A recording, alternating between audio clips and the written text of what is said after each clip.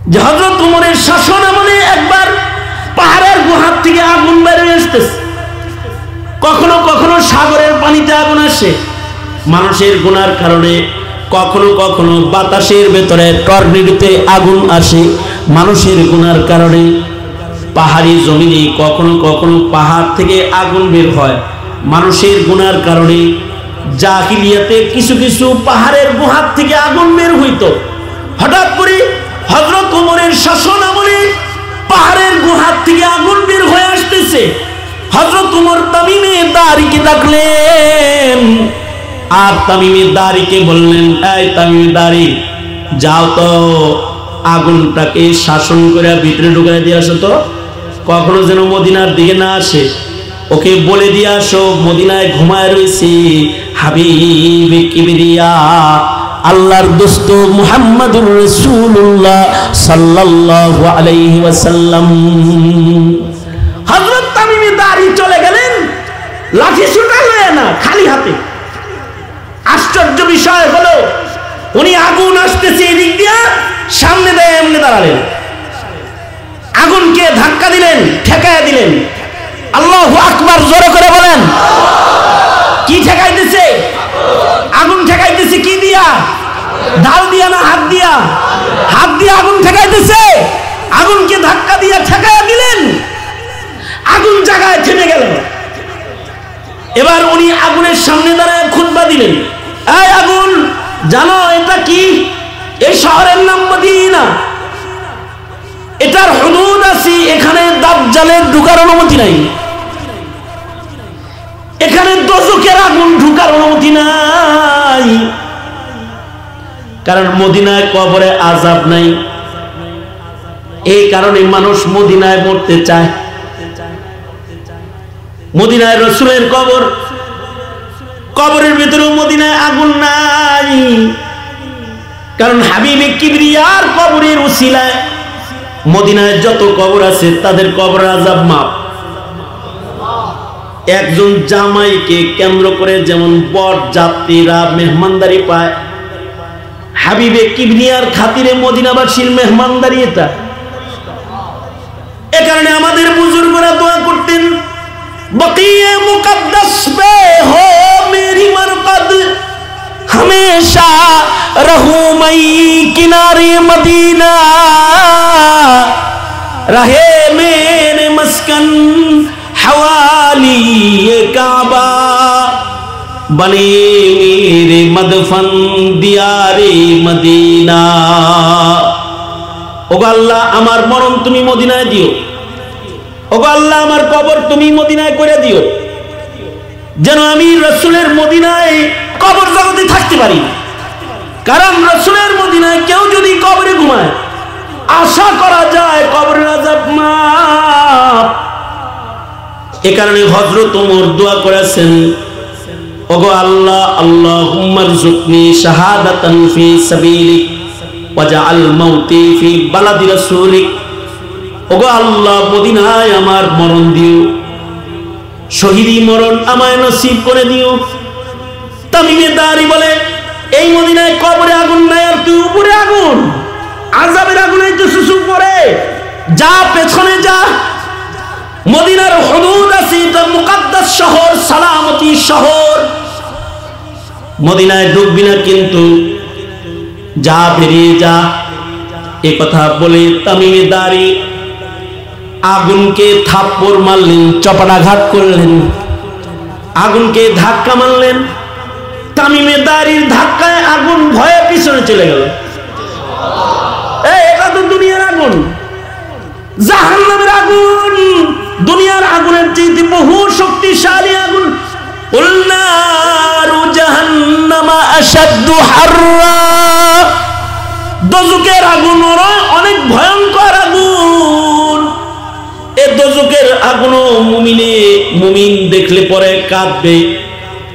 পুলসরাতের পুলের উপর দিয়া মুমিনরা যখন হেঁটে যাবে, তো দোজখের আগুন নিচের থেকে কেঁদে কেঁদে বলবে, হে মুমিন, হে মুমিন, তোমার জ্যোতিতে আমি নিভে যাইতেছি, তুমি তাড়াতাড়ি পার হয়ে যাও। আল্লাহু আকবার, জোরে বলেন, আরো জোরে আওয়াজ করে জোরে বলেন, জোরে চিল্লায় বলেন, আরো জোরে আওয়াজ করে বলেন আল্লাহু আকবার, জোরে বলেন। এটা দোজখের আগুন কাঁপবে। তামিমে দাঁড়ি ধাক্কা দিয়েছে তো দুনিয়ার আগুন পিছে চলে যাইতেছে। আগুন যাইতে যাইতে গুহার ভেতরে ঢুকে যায়। গুহার সামনে দাঁড়ায় তামিমে দাঁড়ি বলে, আর যদি কোনো সময় বের হস আর আমি যদি খবর পাই তাহলে কিন্তু শাস্তি দেব। খুতবা দিতেছেন।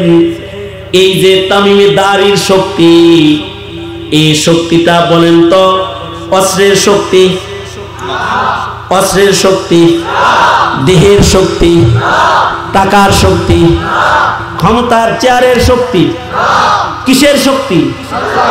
তাকওয়ার শক্তি। কিসের শক্তি? ইমানের শক্তি। কিসের শক্তি?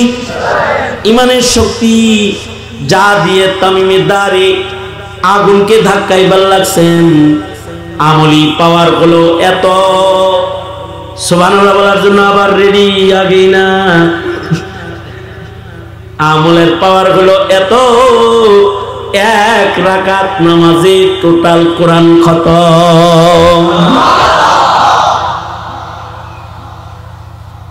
তাবিঈনদের ভেতরে সাহাবায়ে কেরামের পরে নিজের ইচ্ছাকে জলাঞ্জলি দিয়ে যারা যায় নামাজের ভেতরে সারা রাত দাঁড়ায় থাকতো ইবাদতের মুসাল্লায়, তাদের ভেতরে তো বহু ওলি বুজুর্গের নামই আছে। কিন্তু যায় নামাজে দাঁড়ায়া 2 রাকাত নামাজে কোরআন খতম করেছে, ওই জায়গায় ইমামুনা ইমামুদ দুনিয়া ইমামে আজম আবু হানিফা রাহমাতুল্লাহ আলাইহির নাম আছে, যিনি 1 রাকাত নামাজে কখনো কখনো কোরআন শরীফ খতম করেছেন। ইমামে আজম আবু হানিফারে গালি দাও। ইমামে আজম 40 বছর পর্যন্ত নিজের খাহেশাতকে মিটায়া এশার ওযু দিয়ে ফজরের নামাজ আদায় করেছেন। মানাকিবে ইমামে আজম আবু হানিফা 40 বছর এশার ওযু দিয়ে ফজর পড়ছেন, আর 2 রাকাত নামাজে টোটাল কোরআন খতম করেছেন। কখনো কখনো 1 রাকাত নামাজে কোরআন খতম করছেন। একবার ইমামে আজম আবু হানিফা রাহমাতুল্লাহি আলাইহি এশার নামাজ পড়তেছেন মসজিদে যায়। ইমাম সাহেব তিলাওয়াত করতেছে সূরা জিলজাল। এশার নামাজে সূরা জিলজাল তিলাওয়াত হইতেছে। সূরা জিলজালের ভিতরে শেষ ভাগে যখন ইমাম সাহেব পড়েছে, ফামান ইয়ামাল মিসকালা যাররাতিন খায়রান ইয়ারাহ ওয়া মান ইয়ামাল মিসকালা যাররাতিন শাররান ইয়ারাহ, 1 যাররা ভালো কাজ করলে এটা মিজানের পালায় থাকবে, 1 যাররা খারাপ করলে ওইটাও মিজানের পালায় থাকবে, আমলনামায় থাকবে, তোমার জন্য হবে। এটা শোনার সাথে সাথে ওনার ভয় জাগছে, আর পা কাঁপাকাঁপি শুরু হয়েছে নামাজের ভিতরে। ভয় হলো যদি আজকের রজনী আমার শেষ রজনী হয়, তাহলে আজকের রাত্রের আমল আমার কি আছে? উনি এশার নামাজ পড়ে আর ঘরের বাইরে যাওয়ার সাহস পায় না, যা নামাজে দাঁড়ায় গেছে আর কোরআনের তিলাওয়াত শুরু করেছেন। মুয়াজ্জিন পিছনে বসে আছে, মুয়াজ্জিন শুনতেছে ইমামে আজমের তিলাওয়াত। 1 পারা 2 পারা 3 পারা 4 পারা পড়ে ফেলেছে। মুয়াজ্জিনের আর বুঝতে বাকি রয় নাই, ইমামে আজম আজকে আর রাত্রের নামাজ থেকে বসনেওয়ালা না। মুয়াজ্জিন সাথে সাথে মসজিদের দরজা চাপায়া বাড়িতে চলে গেছে। উনি নিয়ত করেছে যে ইমাম তো আজকে খতম না হইলে আর সালাম ফিরাইতেছে না, আমি বাড়ি যাইগা, ফজরে এসে আজান দিব। ফজরের আজানের আগে মুয়াজ্জিন আবার ফজরের আজান দিতে মসজিদে আসছে। আশ্চর্য, মুয়াজ্জিন সাহেব মসজিদে এসে দেখে ইমামে আজম আবু হানিফা যেমনি দাঁড়ায় ছিল তেমনি দাঁড়ায় রয়েছে, আর ওনার কণ্ঠে কোরআনে হাকিমের 30 নম্বর পারার তেলাওয়াত চলতেছে। 30 নম্বর পারার ভেতরে কিয়ামতের আলোচনা বেশি, এগুলো পড়তেছে আর ঝরঝর করে চোখের পানি ওনার পড়তেছে। ওনার হৃদয়ে ভয়, হাসরের মাঠে আল্লাহর সামনে কেমনে দাঁড়াবো আমি। আল্লাহর কোরআন পড়তেছে আর নামাজরত ইমামে আজম কাঁদতেছে। এই একই রাকাতে টোটাল কোরআন খতম হয়ে গেল। এক সময় ইমামের কণ্ঠে উচ্চারিত হলো কুল আউযু বিরাব্বিল ফালাক। সূরা ফালাক পড়লেন, রুকুতে চলে গেলেন, সিজদা দিলেন, আবার উঠলেন, সূরা নাস পড়লেন, আবার ফেরত এসে সূরাতুল বাকারা শুরু করলেন। আল্লাহকে বুঝাইলেন, আল্লাহ গো, আমার কিন্তু এই খতম শেষ খতম না, আবার পড়তে মনে যেতেছে। সূরা বাকারার আরো কিছু অংশ তিলাওয়াত করলেন। এরপরে ইমামে আজম আবার রুকুতে গেলেন, সিজদায় গেলেন, সালাম ফিরালেন, নামাজ শেষ করলেন। তার মানে হলো 2 রাকাত নামাজের ভিতরে টোটাল কোরআন শরীফ খতম করছেন। একটা মানুষ নিজের ইচ্ছা এক যাররা যদি বাস্তবায়ন করার মতো মানসিকতা থাকতে পারত না, আল্লাহর ভয়ে দাঁড়ায় রয়েছে, চিন্তা করতেছে যদি কেরাত থামায় দে, আল্লাহ যদি নারাজ হয়, যতক্ষণ পড়া যায় ততক্ষণ পড়তেই থাকবো, যতক্ষণ জবান চলে ততক্ষণ চালাইতেই থাকবো, যতক্ষণ আজান না হয় ততক্ষণ নফল পড়তেই থাকবো। টোটাল রাতটাই মুসাল্লার ভিতরে নিজের নফসকে কুরবানি দিয়া জায়নামাজের ভিতরে দাঁড়ায় গেছেন। এই যে নফসের সাথে জিহাদ, যেটা এটা আল্লাহর কাছে বড় পছন্দের। আল্লাহর ভয়ে যারা নফসের সাথে এমন কুরবানির ময়দানে নেমে যায়, আল্লাহ তাআলা তাদের জন্য জান্নাতের ওয়াদা করেছেন। এই জামানায় ওয়াজ মাহফিলে রাত কাটানোর মানুষ কম। এই জামানায় ফেসবুকের আমল তো, ওয়াজ মাহফিলে আইসাও ওয়াজে থাকে না, ফেসবুকেই থাকে, লাইভ দিয়া বসে থাকে আর কমেন্ট চেক করতে থাকে, আর ওই ময়দানেই থাকে। ওয়াজে থাকার মানুষ কম।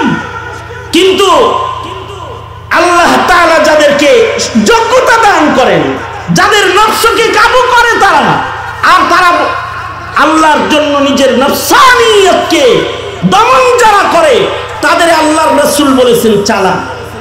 ধন্যবাদ জানাই আপনাদেরকে যারা এ গভীর রাত্রিতে এই দ্বীনি মজমায় শামিল হয়ে বসে গেছেন। এই যে নিজের নফসের সাথে জিহাদ করতেছেন, এইটা এত মূল্যবান।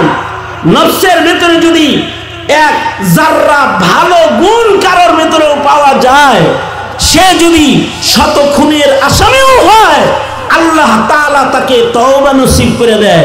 বুখারী শরীফ তার প্রমাণ বহন করে। 100 খুনের আসামিকে আল্লাহ তাআলা মাফ করে দিয়েছে শুধু তার নফসের ভালো হালতের কারণে। বর্তমান জামানায় নফস ভালো মানুষ কম। হ্যাঁ, এমন নফসের সংখ্যাই এখন বেশি হয়ে গেছে যারা আল্লাহর গোলাম না, যারা নফসের গোলাম। কেউ আছে ভারতের গোলাম, কেউ আছে আমেরিকার গোলাম, কেউ আছে চায়নার গোলাম, কেউ আছে নফসের গোলাম, কেউ আছে চাকরির গোলাম, চাকরির গোলাম, কেউ আছে চাকরির গোলাম। আল্লাহর গোলাম পাওয়া মুশকিল যারা নিজের নফসকে কুরবানি দিয়ে আল্লাহর ইচ্ছাকে বাস্তবায়নকারী হবে।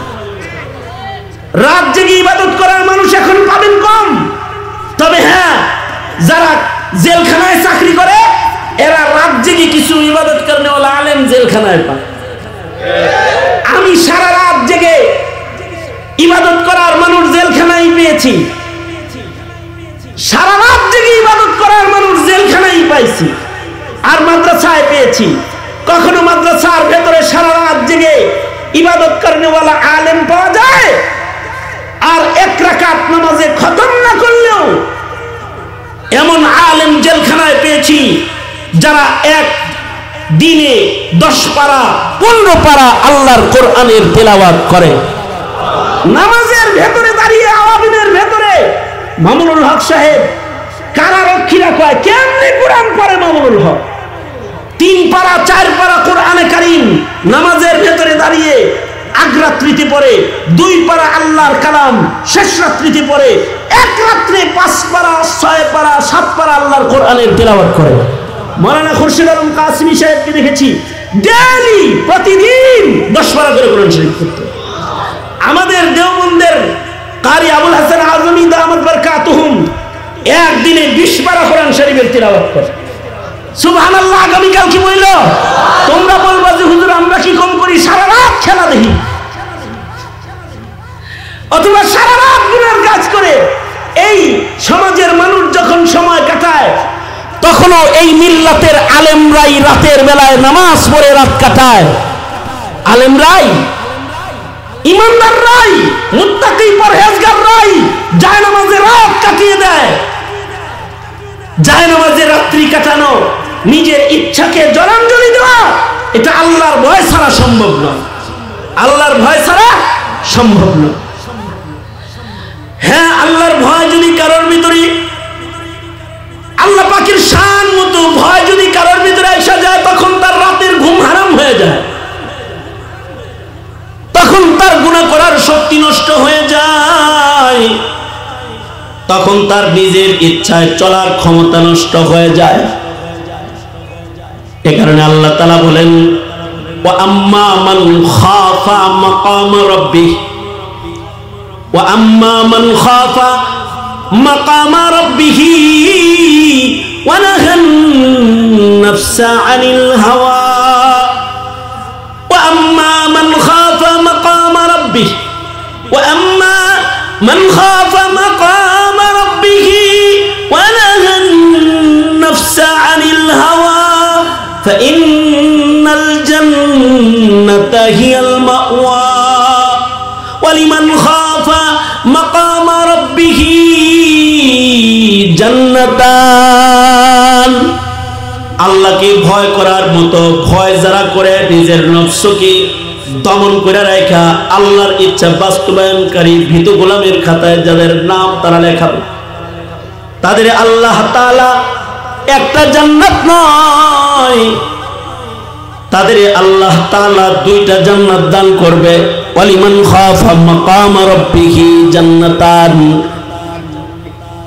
মানুষ যখন ইবাদতের ভেতরে ডুইবা যায়, আল্লাহর ভয়ের কারণে ডুইবা যায়, অনেক ইবাদত করার পরেও যখন মানুষ নিজেকে গুনাহগার ভাবতে থাকে, আল্লাহর ভয়ের কারণেই ভাবতে থাকে, আর মানুষ পাপের আসরে যখন মজ্জা যায়, আল্লাহর ভয় না থাকার কারণেই মজ্জা যায়, আবেদ হওয়ার পরেও বিভিন্ন ভাবে তার ইবাদত নষ্ট হয়ে যায়।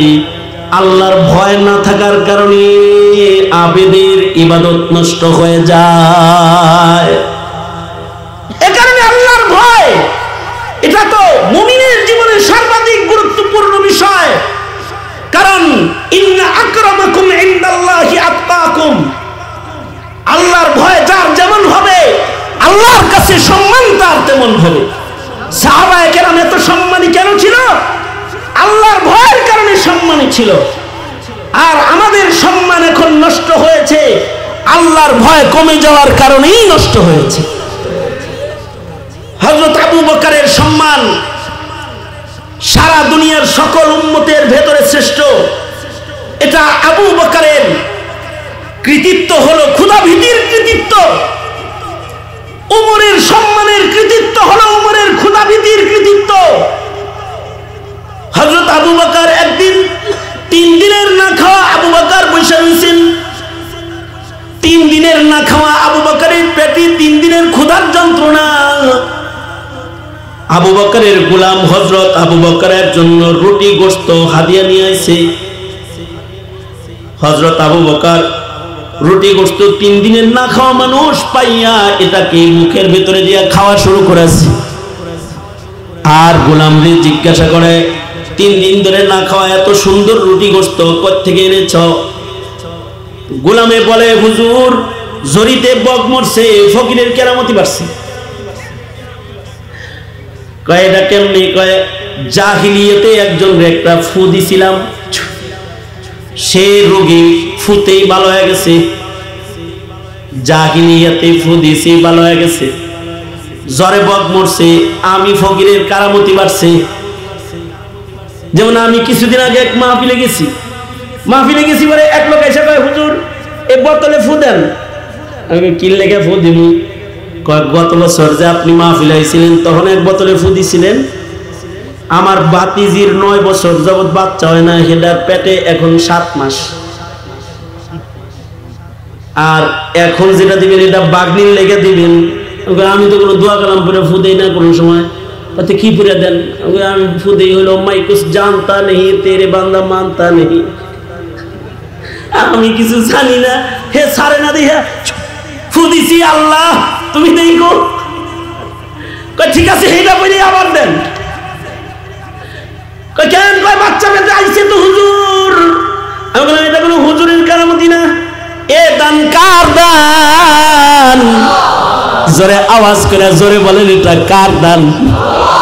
তো আবু বকরের গোলামে কয় আমিরুল মুমিনিন জোরে বক মরছে, ফকিরের কারামতি বাড়ছে।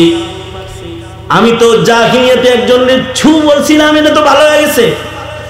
গরিব মানুষ আমার খাওয়ান দিতে পারে না, হাদিয়া তোহফা দিতে পারে না, আজকে তার বাড়িতে ভালো খাবার রান্না হয়েছে, এইটা আমার কাছে হাদিয়া লয়ে আসছে।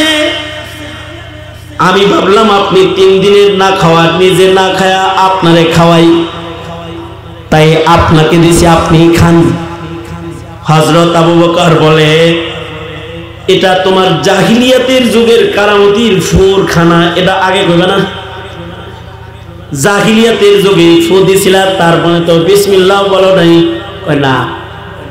তো কি বলছিলা তখন? কয় লাত উজ্জার নামে দিছিলাম। লাত উজ্জার নামে ফু দিয়া যে খাবার কামাই করছো, এই খাবার পেটে লইয়া আবু বকর আল্লাহর কাছে যাইতে চায় না।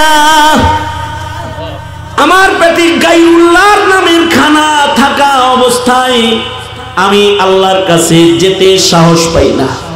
যাও তোমার খাবার তুমি নিয়ে যাও।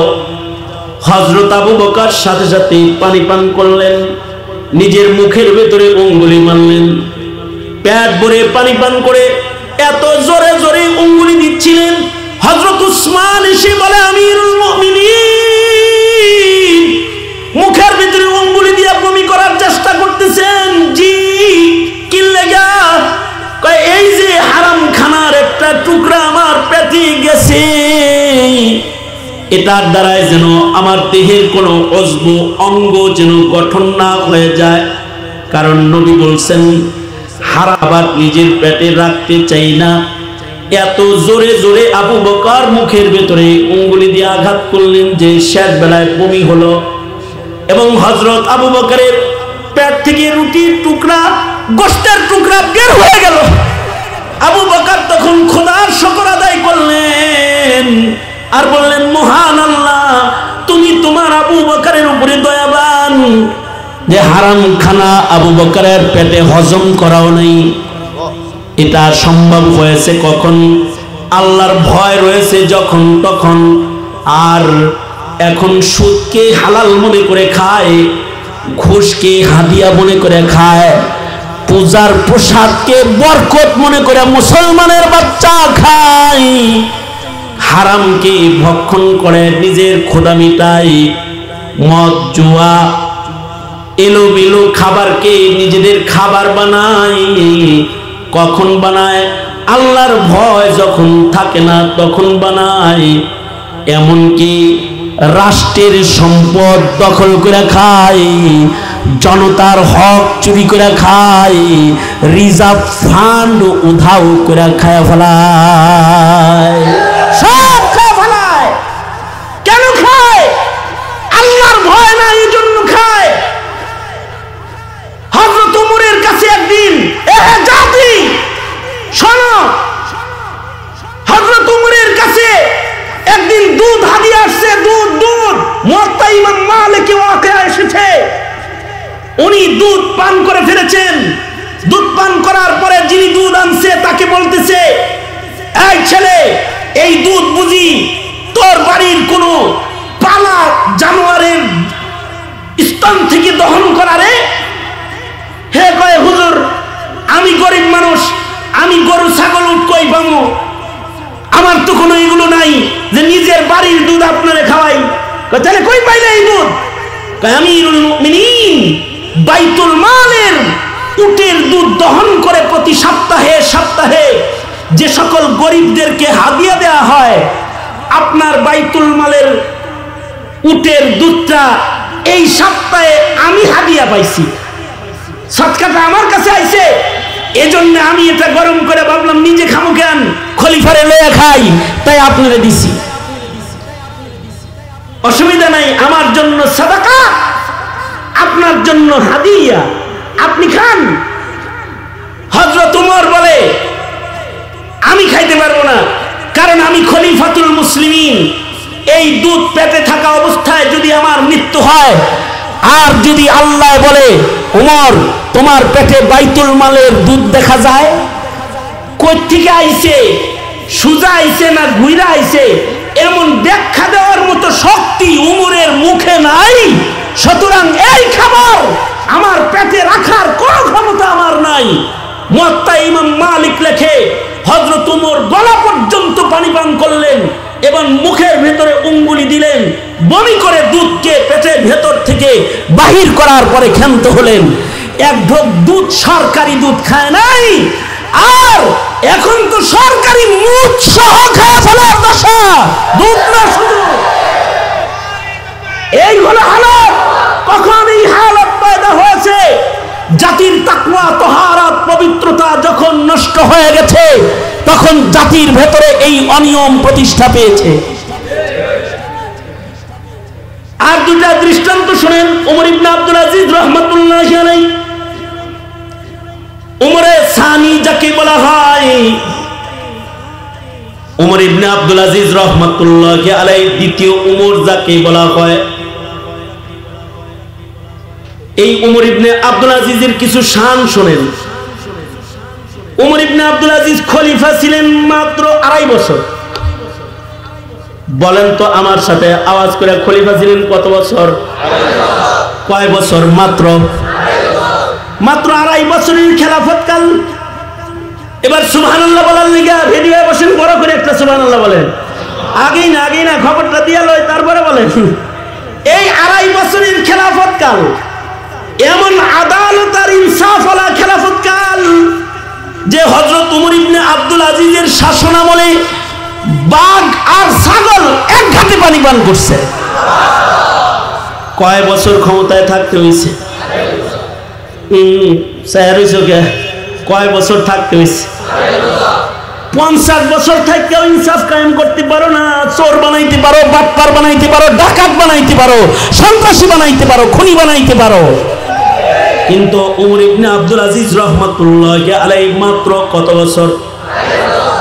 2.5 বছর ক্ষমতায় থেকে হযরত উমর ইবনে আব্দুল আজিজের আমলে বাঘ আর ছাগল এক ঘাটে পানি পান করছে। আর এখন আমাদের একদল যায় আর একদল আয়, জোর করে আয়া যায় নতুন নতুন ডিজাইনের সন্ত্রাসী বানায়, এক এক দলের এক একজন বলে। যখন যে দল ক্ষমতায় আছে ওই দলের সন্ত্রাসী মাথা চারা দিয়ে উঠে দাঁড়ায় যায়। আর ওমর ইবনে আব্দুল আজিজ 2.5 বছর খেলাফত পরিচালনা করেছেন। 2.5 বছরে এমন আদালত আর ইনসাফকে উনি কায়েম করেছেন। 2.5 বছরের ভেতরে মানুষের ভেতরে অন্যায় তো ছিল না। জঙ্গলের বাঘ জুলুম করে নাই, মানুষ জালেম তো নাই, বাঘেও জুলুম ভুলে গেছে। আল্লাহু আকবার।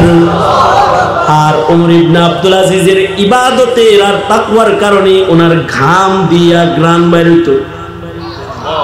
ওনার গায়ের জামার সাথে কারোর জামা ধুইলে সেই জামার ভিতরে 40 দিন মিশকে আম্বরের গ্রান পাওয়া যেত।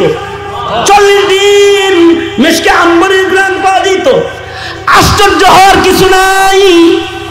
আরে ইমাম বুখারী রাহমাতুল্লাহি আলাইহি 1200 বছর যাবত কবরের নিচে ঘুমায় রয়েছেন।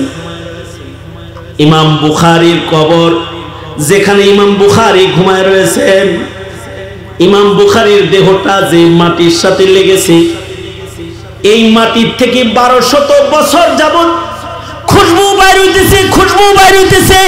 বাংলাদেশের বন্ডের মাজারের মতো আতর গোলাপ ছিটান লাগে না, আতর গোলাপ আর মোমবাতি জ্বালান লাগে না।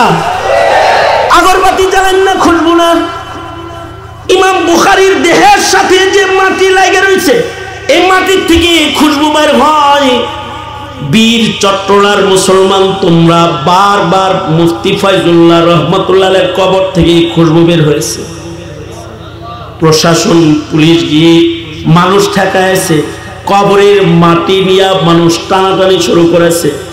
তোমার মাটির অলি বুজুর্গের কবর, মুফতি ফাইজুল্লাহ রহমাতুল্লাহি আলাইহির কবর থেকে বারবার খুশবু বেরিয়েছে। মাটির ভেতরে খুশবুতে গোটা এলাকা সুগ্রাণ হয়ে গেছে। আল্লাহু আকবার জোরে করে বলেন। এটা হলো মানুষের আমলের খুশবু। মানুষের আমলের খুশবু সারা দুনিয়ায় ছড়ায় যায়। এ কারণে কিছু কিছু মানুষ আছে তারা মরার লাশ হয় বইরা, কিন্তু তাদের আমলের খুশবুতে লক্ষ কোটি জনতা তাদের জানাজা পড়ার লেগে পাগল হয়ে যায়। শাইখুল ইসলাম আল্লামা আহমদ শফি রহমতুল্লাহ আলাইহির জানাজা আপনারা দেখেছেন। কোন খুশবুতে লক্ষ জনতাকে টেনে রাতের আধারে নিয়ে আসলো। আল্লামা জুনায়েদ বাবুনগরী রহমতুল্লাহ আলাইহির জানাজা আপনারা দেখেছেন। কোন খুশবুতে তাদের কাছে লক্ষ লক্ষ মানুষ জানাজা পড়তে আসলো। মুফতি নূর হোসেন কাসেমী রহমতুল্লাহ আলাইহির জানাজা আপনারা দেখেছেন। কোন খুশবুতে লক্ষ লক্ষ জনতার ভিড় পড়ে গেল। আর কোন বদবুর কারণে লাশ নামানোর সময় মানুষ নাই। কি কথা বলেন না কেন? জোরে আওয়াজ করে বলেন না কেন? আছে না নাই? আছে না নাই? জোরে বলেন। লাশ নামানোর সময় মানুষ নাই, একটা বদবুর কারণে। ফেরেশতা তো নাই, বনি আদম পাশে নাই। আর একটা খুশবুর কারণে লাশ নামানোর জন্য মানুষ পাগল হয়ে গেছে, লাশ দেখার জন্য পাগল হয়ে গেছে। জামার ভেতরে সুগন্ধ এসে গেছে, কবরের মাটির ভেতরে সুগন্ধি এসে গেছে। এই সুগন্ধিটা হলো তাকওয়ার সুগন্ধি, এই সুগন্ধিটা হলো আল্লাহর ভয়ের সুগন্ধি, এই সুগন্ধিটা হলো ঈমানের খুশবু। আল্লাহু আকবার জোরে বলেন। ঈমানের খুশবু, এই সুগন্ধিটা, এই খুশবুটা ঈমানের খুশবু। মানুষ যখন মুমিন মুত্তাকি ভালো হয় তার ভেতরে এরকম খুশবু হয়। এই উমর ইবনে আব্দুল আজিজ রহমাতুল্লাহি আলাইহি 2.5 বছর খলিফাতুল মুসলিমিন ছিলেন। আশ্চর্য খবর হলো ঈদের দিনে সেরা কাপড় পরে নামাজ পড়েছেন। ওনার সন্তানদেরকে ভালো খানা দেওয়ার মতো টাকা পয়সা উমর ইবনে আব্দুল আজিজ খলিফা হওয়ার পরে তার কাছে থাকে নাই। আর এই যে ইলেকশন এসে পড়েছে না, দেখবেন আঙ্গুল ফুলে ফুলে কলা গাছ হয়ে যায়, নতুন নতুন যারা ক্ষমতায় চলে যায়। এটা কি জন্য হয়? খোদা ভীতির অভাবের কারণে হয়।